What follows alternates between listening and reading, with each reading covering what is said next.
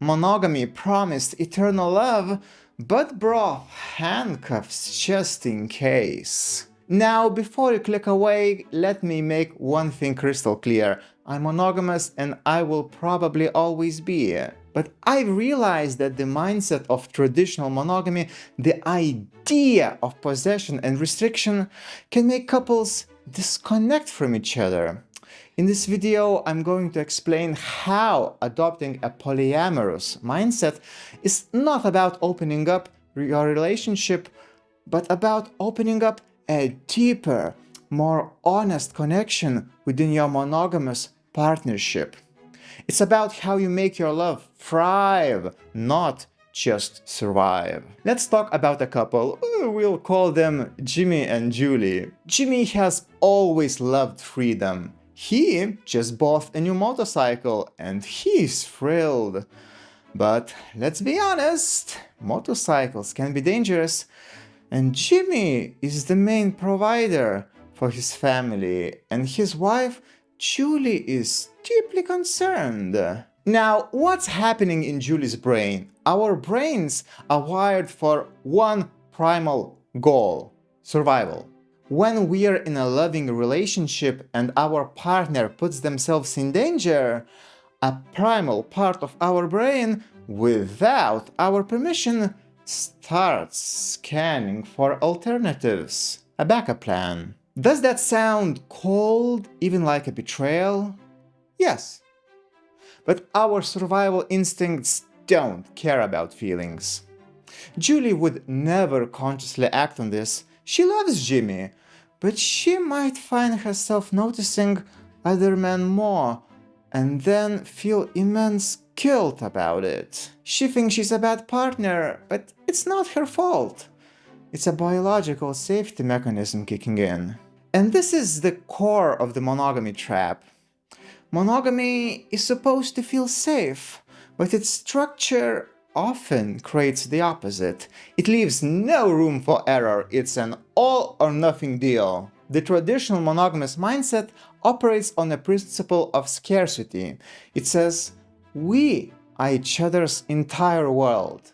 Everything I need, I must find in you, and everything you need, you must find in me. This creates immense pressure. The moment a crack happens, an attraction to someone else, a private fantasy, or even a deep friendship outside relationship, it feels like a catastrophic failure. It triggers feelings of I'm not good enough, I'm not pretty enough, I'm not successful enough. It's a betrayal.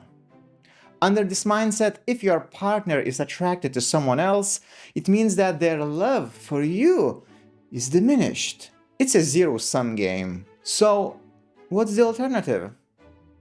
It's what I call the polyamorous mindset. And let me be extremely clear. Polyamory, the practice, and polyamorous mindset, the philosophy, are two different things. You can absolutely adopt the mindset without ever practicing polyamory. In fact, that's what this whole video is about. The polyamorous mindset operates on the principle of abundance, not scarcity. It says, you and I are together on this journey.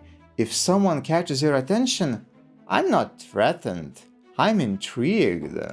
It doesn't mean I'm not good enough, it just reveals another facet of you that I want to understand. One mindset builds walls, the other builds understanding. Now there's a huge caveat here. This mindset cannot be forced. If your relationship is already full of arguments, insecurity, mistrust, trying to introduce this concept will feel like pouring gasoline on fire. It will sound like an excuse for bad behavior or a prelude to a breakup. This mindset can only grow from a foundation of psychological safety. It requires deep empathy and the belief that you can be honest with your partner without them abandoning you. You can't force understanding any more than you can force love. So why go through all of this? Because the polyamorous mindset allows A love that is more authentic, more real, and more honest. It's not about looking up for other people, it's about being fully aware that the world is filled with beautiful, smart, and successful people, and you still, consciously and freely, choose your partner every single day. You choose them not because a rule says you have to, but because their unique, imperfect soul is the one that fits with yours. You choose the history you've built and the future you're creating. To me, that feeling of being actively chosen over all other options, instead of being someone's only permitted option, isn't just love, it's the definition of perfection. Adopting this mindset isn't easy. It can feel chaotic and uncertain, especially at first. Most of us live with a deep fear of being not enough.